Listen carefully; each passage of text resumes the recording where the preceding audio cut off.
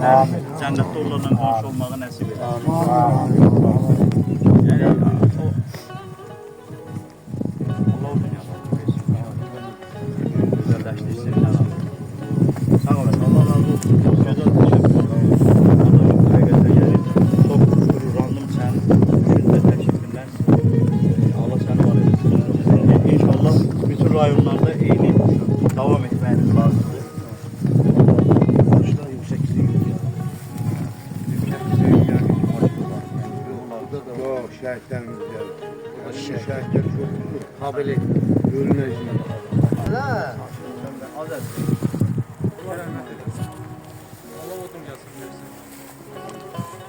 Yenə də deyirəm, şəhidlərimiz haqqında danışansı söz çoxdur.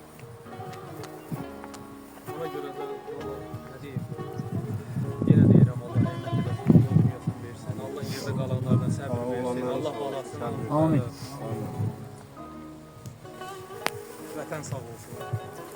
Bu günlərin bunların hesabına üzümüz ağ, alnımız açıq. İnsan deyilmişkən, baxdıqca adam inanmır. Həqiqətən də bu tarix biz yaşayırıq. Baxırsan,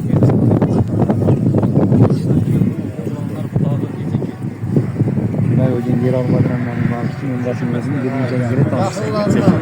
Harman işinden görünmez. Sen de senden oğlu kimi?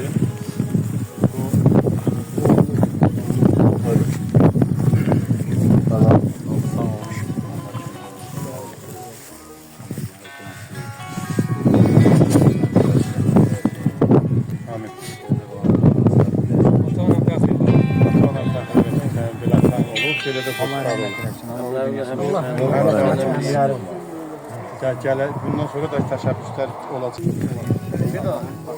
Bir daha yerinde kurtuluyor mu? Hazır. Allah rahmet eylesin. Allah